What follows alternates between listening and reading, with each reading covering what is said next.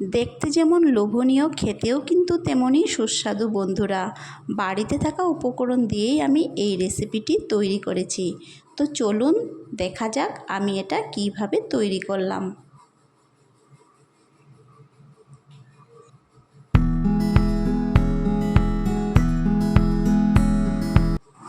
নমস্কার বন্ধুরা, আমার রান্নাবাটি চ্যানেলে আপনাদেরকে স্বাগতম।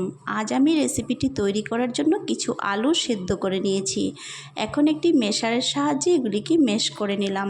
তারপর এখানে আমি অল্প জিরে, কিছু আজওয়াইন দিয়ে দিলাম। তারপর আমি এখানে পরিমাণ মতো নুন দিয়ে দিলাম। এখন আমি এখানে কিছু কাঁচা লঙ্কা কুচি করে দিয়ে দিলাম।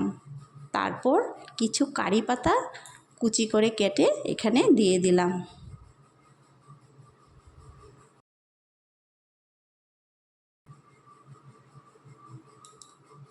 তারপর আমি এখানে কিছু কর্নফ্লাওয়ার দিয়ে দিলাম।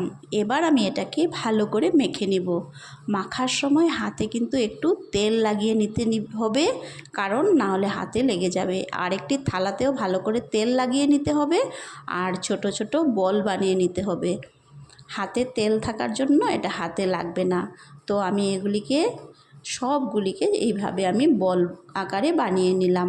এবার একটি ফ্রাইং প্যানে একটু বেশি করে তেল দিয়ে এই বলগুলিকে আমি ভালো করে ভেজে নেব।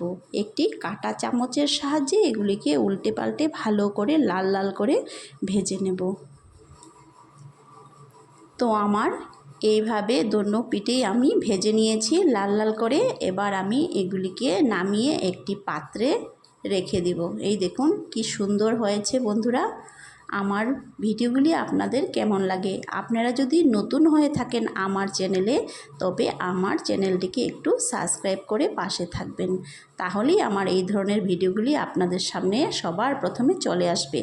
এবার কিছু টমেটো আর কাঁচা লঙ্কা আমি এইভাবে পেস্ট করে নিলাম।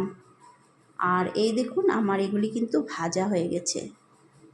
দুইবারে আমি ভেজে নিয়েছি। তারপর আমি সবগুলিকে নামিয়ে নেব।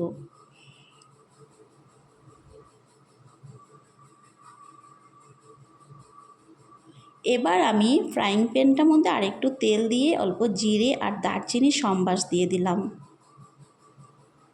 এগুলি একটু ভাজা ভাজা হয়ে গেলে আমি কিছু মশলা দিয়ে দিব। বেশি মশলা এখানে লাগবে না। হলুদ গুঁড়ো, জিরে গুঁড়ো আর একটু কাশ্মীরি লঙ্কার গুঁড়ো আর একটু এখানে গরম মশলার গুঁড়ো দিয়ে দিলাম। দিয়ে ভালো করে এটাকে নাড়িয়ে চাড়িয়ে একটু রান্না করে নিলাম। এই দেখুন, আর সামান্য একটু জল দিয়ে দিলাম, কারণ না হলে মশলাগুলি পুড়ে যাবে। এই ধরনের যখন হয়ে যাবে তখন আমি পেস্ট করে রাখা টমেটোগুলিও এখানে দিয়ে দিলাম। আমার ভিডিওটা যদি ভালো লাগে তবে একটু লাইক, কমেন্ট, শেয়ার করতে ভুলবেন না। আর আমাকে জানিয়ে যাবেন আপনাদের কেমন লাগে আমার ভিডিওগুলি। অনেক সহজ রেসিপি নিয়েই আমি সব সময় আপনাদের সামনে চলে আসি, যাতে সবাই বানাতে পারেন। যখন গ্রেভিটা তৈরি হয়ে যাবে, এখানে অল্প জল দিয়েছিলাম। তারপর যখন গ্রেভিটা হয়ে গেছে সব বলগুলি এখানে দিয়ে দিলাম ভেজে রাখা। আর নামানোর সময় একটু ঘি দিয়ে আমি এটাকে নামিয়ে নিলাম। দেখুন একেবারে তৈরি হয়ে গেছে খুব সুস্বাদু একটি রেসিপি।